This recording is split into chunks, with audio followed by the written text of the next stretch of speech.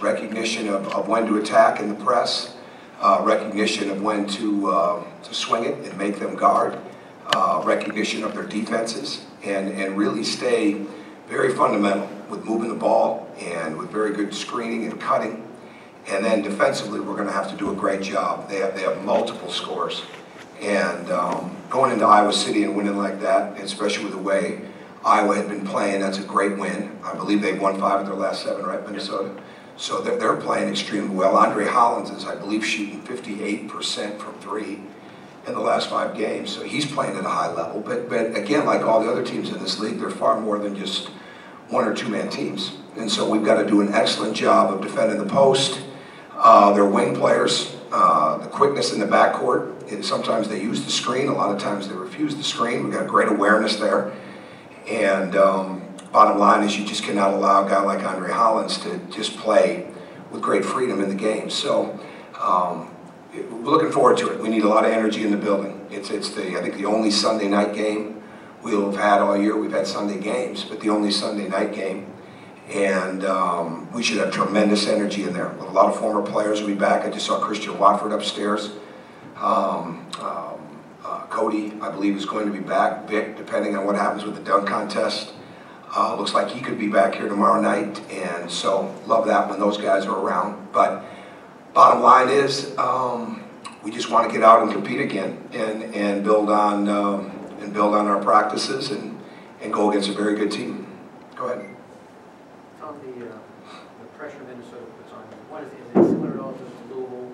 And regardless of that, what's the key to doing it? Well, I haven't watched Louisville really since we played them in early December, so I don't know what their pressure looks like right now. But as far as for a history of it, I would say sure, because of the fact that they switch. You know, that they can man press, they can zone press, they can be on the ball, off the ball. They can fall back to zone, they can fall back to man-to-man, they can match up when the ball goes in the middle of their zone, which is something that Rick Sr. does a lot. So I'm sure there's similarities, but we've really just been focused on how we want to attack them and what their personnel's like. But like I said, the key is recognition. When to attack, when not to settle. I mean, actually, you never want to settle, but when not to take the first shot that you see off that attack, make them play defense, make them move, get everybody involved defensively. And so it's just a matter of playing. It's not a secret science, you know, out there. It's just really, it just comes down to really good recognition.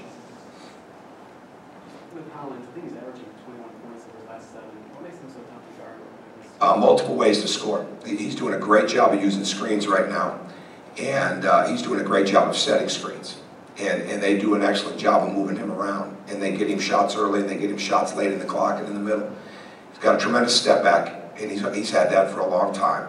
They're one of the older teams. I think they're in the top 50 of experience in the country. And so they've got a lot of guys that have been through it, and numerous guys, and certainly he has. So the ability to read defenses, recognition, getting to the foul line, tremendous three-point shooter, can shoot it from the wings, the top, and the corners. And bottom line is he can get his own shot. So he knows he's really using screens well, setting screens well, and at the same time he can get his own shot when things break down. What's the next step for Hollins to get back in shape, kind of adjust this game? Just get ready to play against Minnesota. Build on, thought he made really good improvements in the week from a guy that we didn't know until really last Saturday was going to play, last Sunday. And I thought he did some really, really important things for us on Wednesday night at Maryland and played with really good confidence. It's just a matter of that. Keep letting the game come to him and refine his moves around the basket, and because we weren't able really to do any of those type of things in his recovery. It wasn't like we got to spend a lot of time working him out in the sense of, you know, breaking down. We had to breaking down offense and things of that nature. So, you know, for a long time he shot free throws in rehab, and then all of a sudden we were able to get him back into the action. And then he didn't go full court, like I said, until really the day before the game. So it's just a matter of that, playing him and getting him ready for those type of things. I know obviously the physical thing's just going to kind of come as it does, but how important was it to see him play just the way he did against Minnesota? You used the word confident. I mean, Against Maryland? Yeah, sorry, against Maryland. Yeah. Absolutely. Very good. I mean, very good. He played smart. He played hard. He was competitive. He got in position to defend and draw charges. And we were doing some different things defensively in the game that he had not had a chance to do before, and he picked that up well. you know, as far as when we're in a combination, you know where he needs to be. So it wasn't just guarding his man or guarding an area. There was a combination of things for him, and he did a really good job with that. So, and he had great intensity that night. He just needs to build on that. What did you like that you guys did at Maryland? What did you really like? I liked a lot of it. You know, I'm so far into Minnesota now that we executed well, and some things we didn't do as well. And we just want to keep getting better at those things in practice. What has Jordan Fuchs shown in practice so far? Jordan Fuchs has shown tremendous athleticism, competitiveness, toughness. He's got very, very good second and third reaction and short space quickness, which is huge. I mean, it's really easy to see why he's a very good football player, and it's easy to see why he's had success on the basketball court too. Because not only does he give that second and third effort, but he gives that second and third reaction, and they're two different things. You know, a lot of guys want to give effort. You know, they get beat and they want to give the effort. Well, he's got the quickness and the speed to do something about it, and he picks things up very fast. You can tell he's been well coached in basketball. There's no question about that. He's got real good basketball instincts, and I've never seen him practice in football, but I got to believe he picks up things pretty fast over there too. He's a quick learner on those type of things. Two different sports, obviously, but been impressed with his attitude. You know, he's brought a competitiveness to practice. He goes to the glass. He listens, and we're excited to have him. Well, what's a realistic? I mean, obviously, you know, conditioning, football conditioning, basketball conditioning is not the same. Once he gets enough time, what's a realistic goal for him in terms of how much he really use? I don't have one. We wouldn't have brought him over here if we didn't believe that he could help us. And like we said in the release, we'd have done it probably earlier if there hadn't been the injury that he had, and then making sure that he got all the way back from that. So, you never know. I mean, I'm not being evasive. I don't know, but we didn't just bring him over to practice, and we didn't bring him over with a timeline. We brought him over to help us compete, to help us win, and every day he's better. That's the bottom line. Your thoughts on Cody and Victor playing in the Rising Stars? Not how they played, but just the fact that they were there. I think that's fantastic. I think it's fantastic for Indiana. It's fantastic for them, for their families. It says a lot about the way they've developed in that league, and I don't think any of us are surprised.